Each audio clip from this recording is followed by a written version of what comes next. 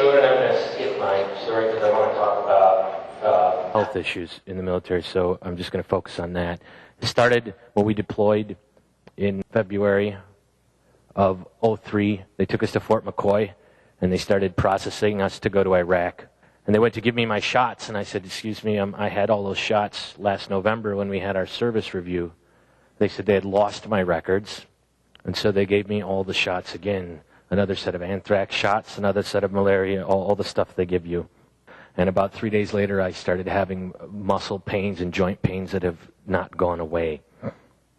But it's amazing what they can do for when they're deploying you for a war. Because in 3 days, they took 480 soldiers, and they lined us up with little checklists, and they inspected every orifice of our body and had every kind of medical professional you could possibly imagine there. And they went through, and if they found anything wrong with you, they immediately sent you over to whoever it was you needed to see, who either fixed it or processed you for discharge.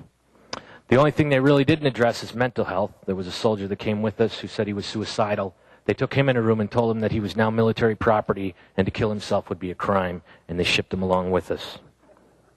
And eventually, there was so many of us with these problems, with these stomach problems, diarrhea, inability to hydrate. You can't hydrate when you have diarrhea. So they stopped sending us to the troop medical center, and the medics, the company medics, started stopping us from going there and just giving us Imodium. And these medics answered to the captain. So if the mission had priority, you didn't go see the doctor. The idea was that there'd be time when we got home to work on these things, and we're too busy. We have too much to do. Well, I got stop-lossed in July of '03. I went from being a soldier to being a prisoner. And I went on leave, and when I got back in November of '03 from a 2-week hiatus, I started to throw up spontaneously. After 7 days of fever, vomiting, chills, body ache, and an inability to function, they finally sent me to the base troop medical center. I finally made it past the medics of our company. I thought I'd see a doctor, but I didn't see a doctor. I saw a guy who was a specialist E4 who looked like he was a little upset that I'd interrupted his internet time and his air conditioning. And he put my symptoms into a computer. And he looked at that and he gave me a diagnosis of flu. So I went back and drank rice water and took more Imodium than I think a human being should and tried to rack out. And while I was racking out for 3 days, I was made fun of for shirking duty. Well, when we started to get done with the war and we were going to go, they started out processing us. And they took us all in this room, and I had all these symptoms. And they gave us these little gadgets to fill out this survey with, and they told us that this was going to guide our health care. And this was the first opportunity I really felt to had an honest opportunity to talk about everything that was bothering me, which was just about every other checkbox. But to my dismay, when we got to Fort McCoy, soldiers who had been injured while serving with us in Iraq were still there in Fort McCoy in this miraculously strange medical limbo company where they would keep you indefinitely until you were either cured or discharged, which could take forever. Now, I had already served 9 months as a prisoner, held against my will on the stop-loss. And they put a piece of paper in front of me and said, you can check this box and you can go home, or you can check this box and ask for a physical and talk about what's bothering you. Well, I didn't want to play Army anymore. I hadn't wanted to play for the last 9 months. I thought I fulfilled my duties in my contract and wanted to go home. So I said, no, I'm fine. I'm fine. I asked the guy, I'm like, what do you have in my file? And he said, you twisted your ankle. I said, yep, I twisted my ankle. What else do you have in there? Okay, then I'm good. I wanted to go home. Well, I got home and I thought, I'll take care of this when I get back to the States, when I get free. I'm free. So I get home. And I find out I've been involuntarily extended for another 3 months. I've been relieved from active duty, but now I'm involuntarily extended for another 3 months in the National Guard. So I call up, I can't remember who I spoke to, but I called up the highest chain of the Wisconsin National Guard, and I said, why am I still being held in the military?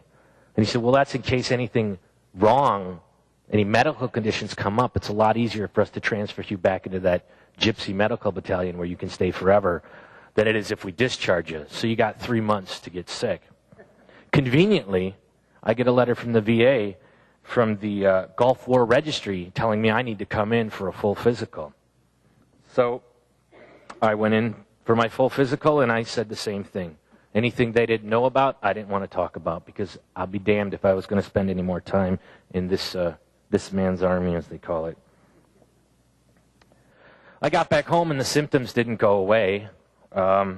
In fact, they got worse. I got increased anxiety, depression, insomnia. And the entire time for the 5 years I've been home, I can count the number of times I've had natural sleep on my hand. This one, not both of them. So I started to go to the VA, and I started to talk, because shit just wasn't right. And I was told these are normal symptoms. This is readjustment syndrome. This is all normal. It can take up to a year, up to 1 year. You can suffer from these things. So I'd complain to the doctors, and I'd go in with this list of stuff.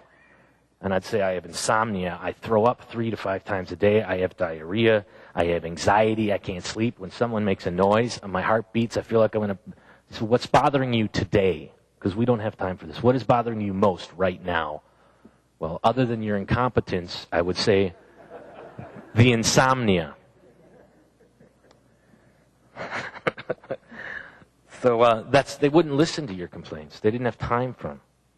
But I started to get more depressed, because no one was doing anything. I was just getting this, and I started to feel more hopeless, and I couldn't function as a person. And the VA was doing nothing for the physical ailments. And seeing a psychiatrist, they allowed me to see one every 6 weeks. And when you went in and said, you know, I'm bleeding from whatever orifice, they said, I'm sorry to hear that. Here's some aspirin. We'll see you in 3 to 6 months. And the only solution they had for me was medications. And to hear these other soldiers talk about medications, I've been on, I believe, 9 different antidepressants, about 6 different sleeping pills that I now rotate through, and that's all they did was give me a pill. 4 years later, 4 years I've been suffering from this stuff. 4 years, 100 visits to the VA and the VA hospital. Nothing's been done. Nothing's being done, or not to my satisfaction. For Gulf War illness, TBI, all the things they hadn't checked me for, the extra set of anthrax shots, the malaria pills that were given to us like candy, the contaminated soil that we inhaled every day, yet we couldn't bring home with us, the pesticides, the PTSD, whatever. And after 4 years, after all that complaining, it took hitting rock bottom, it took a suicide attempt before they finally put me in a room with a PTSD counselor who said, I think you have PTSD. Well, my claim was rejected. It's been rejected. First of all, Gulf War illness, an illness that hundreds of thousands of veterans suffer from, no longer exists. It's been bureaucratically eliminated. It no longer exists. Second of all these symptoms, they didn't show up for a year. That's what they told me. That you didn't file a complaint. You had time when you were at Fort McCoy, when you were out processing. You never said a word about them. You had your Gulf War registry physical examination. You didn't bring any of this up. You had a year. Remember that year it was supposed to take you? The symptoms were normal. Well, you didn't make enough noise, so it's denied. So what I learned is that, and I think this coincides with our society, where the Army is really good at getting all these doctors together and all these resources to get 480-some soldiers ready and to be seen by every single kind of medical person you could need to be seen by in 3 days. And similarly, our society is really great at having parades and banners and going away, and we're proud of you, you're making history, all that stuff. But when you get home, that's when the support lingers.